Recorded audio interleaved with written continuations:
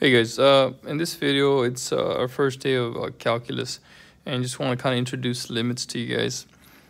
And there's different ways of approaching limits, but the one thing about calculus that you need to know, it's the mathematics of change. And I do this example for my students. If we're taking a road trip, right? Maybe you're going up a mountain, right? You go up and then down, and the road is winding. Well, if they ask you, well, how long did it take you to get up there? Well, how long is the road, right? How many miles is the road? Well, the road is 420 miles. Cool. Well, then how long did it take? It took you 6 hours. Well, can you figure out how the average velocity, the average miles per hour you were going? Yeah, 420 divided by 6 would be 70. So you're driving about 70 miles per hour. That's pretty simple to do with algebra skills, right? But in calculus, you see the mileage and the speed that you're going at is all different, right? At all different points along the graph, it's changing, right? When you're going up the hill, it's a lot different than when you're going down the hill, right? When you're going down the hill, you're probably going faster. Well, with calculus, we want to figure out the specific velocity or rate of change at a specific point. So I kind of want to know how fast is the vehicle going right here at this specific point. So that's what we use calculus for. But now, one thing that we do is we use limits. And this is just a simple approach for limits. We're looking at it numerically. And let's say we have a given function, right? Y equals 2x minus 1. Well, the thing about the limits is it helps us locate what's called the instantaneous position or rate of change. Okay, so let's say I want to find out how fast the vehicle is going at that specific point. Well, I want to get as close as possible as I can to that specific point without reaching it, and I'll be able to find or estimate with very good adequacy the instantaneous rate of change. So here, that's what we're doing numerically. Okay. And later on, we'll be able to develop it algebraically. But see here, what's the value of y when x approaches 3? Okay, so it approaches 3. It never gets to 3, but it only gets very, very close to it. It never gets there. So here's 3. So from the left side, you can see 2.9, 2.99, 2.999. Right, it gets very, very close to 3, but it never reaches 3. Okay, it only approaches it 3. Now, it approaches it from the left side. Okay, so here's 3 in the center. The left of 3, it would be 2.9, 2.99, and so forth. So you take these values, plug them in there, do your math, and these are the values that you get. And you can see from the left side, it's approaching, the y value is approaching 5. What about from the right side? Well, if you notice the same thing, right? Here's 3. So over here are values that are bigger than 3. So as you get closer from the right side, right? 3.1, 3.01, 3.001. It's getting a lot closer to 3, but it's not getting to 3. It's approaching 3. And you notice if we do the same thing, take this value for x, plug it in here. Take this value, plug it in there, do my math. I end up with these values here. And they're approaching what? Also approaching 5. So the left side's approaching 5. The right side's approaching 5. So what is the limit as x approaches 3? We have to look at it from the left side, from the right side. We're going to say it's 5. Okay? And this is how it's read. The limit of 2x minus 1 as x approaches 3 is 5. But how do we do it algebraically? Algebraically, well, you just plug in 3, right? Plug in 3 here. 2 times 3 is 6. Take away 1 is 5. Yeah, that's pretty simple. That's not very difficult. But now let's look at something here. All right. Well, if I plug in 1, I get 1 cubed is 1 minus 1. I get 0. Okay, and then same thing on the bottom here. I get 1 minus 1 is 0. So I get 0 over 0. Well, that's not going to help me out because what's 0 divided by 0? That's what we call indeterminate. We don't know. Well, if we go ahead and do our table again, okay, let's put 1 in the middle, okay? And then to the left, of the 1, right? 0.9, 0.99, 0.999. And you can see we do the same thing as before. We plug this value into the x's and we do our calculations with our calculator. We get 2.71, 2.97, 997. It looks like it's approaching a value of 3. Same thing from the right side, okay? X approaches 1 from the right side. So here's the right side over here. And you notice 1.1, 1.01, 1.001. And what do you notice too? It's approaching a value of getting closer to 3. Okay.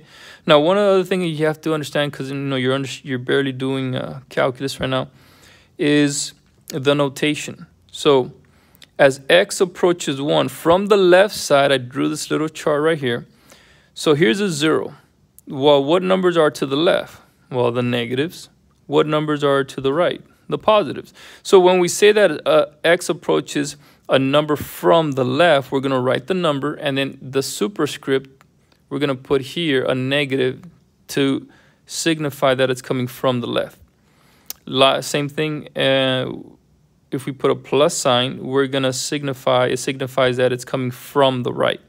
Okay, so that's coming from the left side, right? It's coming here. And this guy is coming from the right here, like that. All right.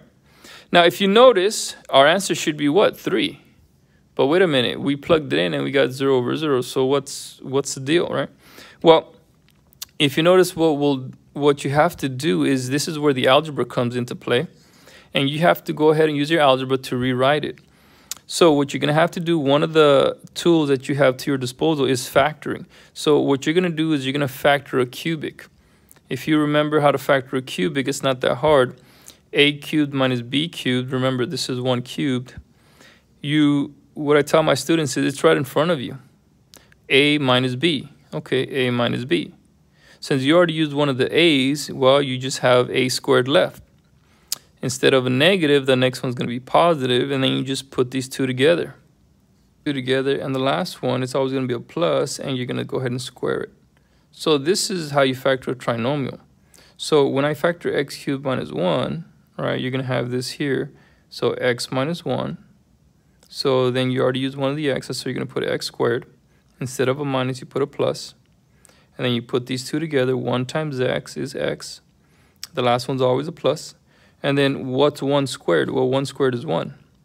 So now the top here factors into this. Okay. And if you notice on the bottom, you have x minus 1 as well. Okay. This guy and this guy, we're able to simplify them out. So now we're left with a new relationship for this limit. Okay, because this canceled out. So now we have this. We plug it in now. And what happens? You plug in 1, you get 1 squared plus 1 plus 1. That's going to give you 3. So what happens here? This is actually, if you look at this graph, it's going to be a parabola. It didn't come out very well. But then at x equals 1, you have a hole. Okay? It's missing a little portion right there. Why? Because we canceled it out here. Okay? If you remember that from polynomials, that's what happens when you x minus 1, it cancels out. So you have a hole at x equals 1. Okay, let's look at another example real quick. Okay, here you have another one here, right? Same thing. You take your 0, you plug it in, right? You get same thing. You get 0 on the top. On the bottom, you get 0 plus 1 is 1. Square root of 1 is 1. 1 take away 1 is 0. So you get 0 over 0 again. So that doesn't help you. That's indeterminate. Well, if we do our table numerically, we put 0 in the middle. We don't know what happens at 0. Well, at 0, we don't know. It's indeterminate. So we get values to the left, and we do the same thing, right? Negative 0.1, 0.01, 0.001, 0.0001. We take these values, we plug them in here, and we end up, look at it's getting closer to what? To 2. Okay. And then what about the right side, right? X approaches 0 from the right, okay? So 0.01, 0.001, 0.0001, it's getting closer to 0.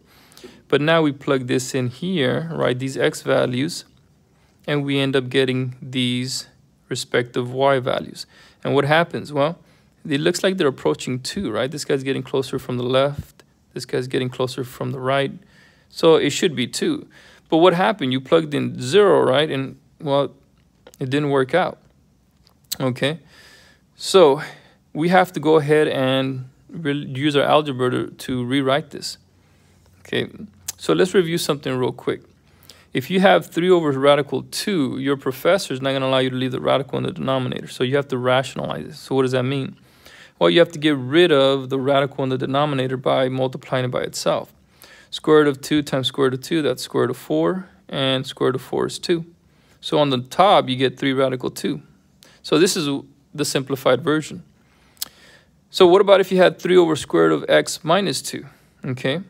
Well, you have to get rid of the square root. So what do you have to do? Well, you're going to have to multiply it by what we call the conjugate. Remember that from Algebra 2 probably? To get rid of this square root. So you're going to multiply by the conjugate to get rid of the square root. So instead of a minus, it becomes a plus. And then you just leave the 2 itself. Okay? So I'm going to multiply these 2 right here. Square root of x times square root of x is square root of x squared. The square root and the square cancel. Square root of x times 2 is 2 radical x. Negative 2 times radical x gives you a negative 2 radical x. If you notice, these 2 right here are going to cancel each other out. They're going to simplify out. And then negative 2 times 2 is negative 4. So this all simplifies into x minus 4, which is nice because we don't have no more radicals. Okay? On the top, we multiply this guy times this, and we're just going to leave it unsimplified. Okay, and that's it.